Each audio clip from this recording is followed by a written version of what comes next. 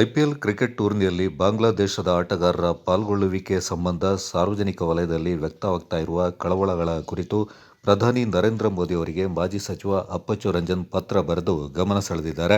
ಪತ್ರದಲ್ಲಿ ಇತ್ತೀಚಿನ ಅಂತಾರಾಷ್ಟ್ರೀಯ ಬೆಳವಣಿಗೆಗಳು, ಬಾಂಗ್ಲಾದೇಶದಲ್ಲಿ ನಡೆದಿರುವ ಹಿಂದೂಗಳ ಹತ್ಯೆ, ಆಂತರಿಕ ಭದ್ರತಾ ಸೂಕ್ಷ್ಮತೆಗಳು ಹಾಗೂ ಭಾರತೀಯ ನಾಗರಿಕರ ಭಾವನಾತ್ಮಕ ಭಾವನೆಗಳನ್ನು ಉಲ್ಲೇಖಿಸಿ ಐಪಿಎಲ್ನಂತಹ ಉನ್ನತ ಮಟ್ಟದ ರಾಷ್ಟ್ರೀಯ ಕ್ರೀಡಾಕೂಟಗಳಲ್ಲಿ ವಿದೇಶಿ ಆಟಗಾರರ ಪಾಲ್ಗೊಳ್ಳುವಿಕೆ ಸಂಬಂಧಪಟ್ಟ ಅಸ್ತಿತ್ವದಲ್ಲಿರುವ ನೀತಿಗಳನ್ನು ಪುನರ್ ಪರಿಶೀಲಿಸುವಂತೆ ಮನವಿ ಮಾಡಿದ್ದಾರೆ.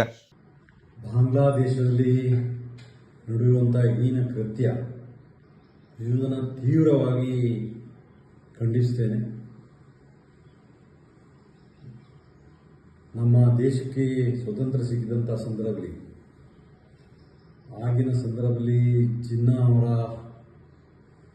ಒಂದು ಕುತಂತ್ರದಿಂದ, ಆಗಿನ ಕಾಲದ ಪ್ರೈಮ್ ಮಿನಿಸ್ಟರ್ ನಮ್ಮ ನೆಹರು ಅವರ ಕುತಂತ್ರದಿಂದ ಅವತ್ತು ಪೂರ್ವ ಪಾಕಿಸ್ತಾನ ಮತ್ತು ಪಶ್ಚಿಮ ಪಾಕಿಸ್ತಾನ ಅಂತ ಹೊಡೆದು ಕೊಡುವಂಥ ಕೆಲಸವನ್ನು ಮಾಡಿದ್ವಿ.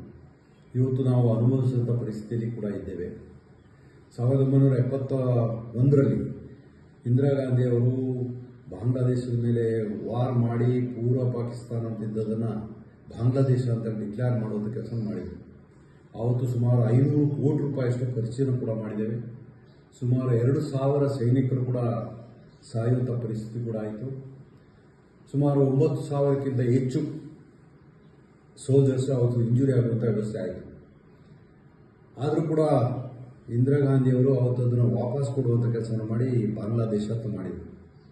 ಆವತ್ತು ಅದನ್ನು ಕೊಡದೆ ನಮ್ಮ ಭಾರತದಲ್ಲೇ ಅಖಂಡ ಭಾರತದ ಚಿಂತನೆ ಮಾಡಿ ನಾವು ಇಟ್ಕೊಂಡಿದ್ರೆ ಇದಕ್ಕೆಲ್ಲ ಅವಕಾಶಗಳು ಆಗ್ತಾ ಇರಲಿಲ್ಲ.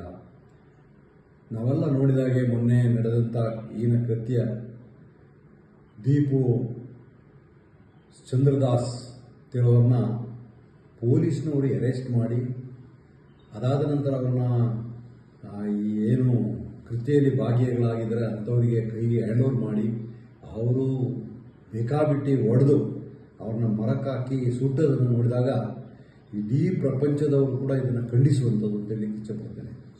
ಅದರಿಂದ ನಾನು ವಿನಂತಿ ಮಾಡ್ತೇನೆ ನಮ್ಮ ಪ್ರಧಾನಮಂತ್ರಿಗಳನ್ನ, ಇನ್ನೊಂದು ಬಾರಿ ಆ ಬಾಂಗ್ಲಾದೇಶಕ್ಕೆ ಮುಕ್ತಿಯನ್ನಾಡಿ ನಮ್ಮ ದೇಶದ ಕಂಟ್ರೋಲೇ ಇಟ್ಕೊಳ್ಳುವಂಥ ಕೆಲಸವನ್ನು ಮಾಡಬೇಕು.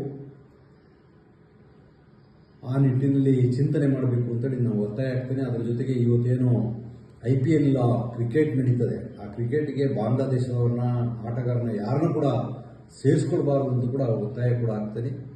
ಆ ನಿಟ್ಟಿನಲ್ಲಿ ಚಿಂತನೆ ಮಾಡಬೇಕು ಅಂತೇಳಿ ನಾನು BCCIಗೂ ಮತ್ತು ಪ್ರಧಾನಮಂತ್ರಿಗಳಿಗೂ ಪತ್ರ ಬರೆಯಬೇಕು ಅಂತ ಚಿಂತನೆ ಮಾಡಿದ್ದೀನಿ.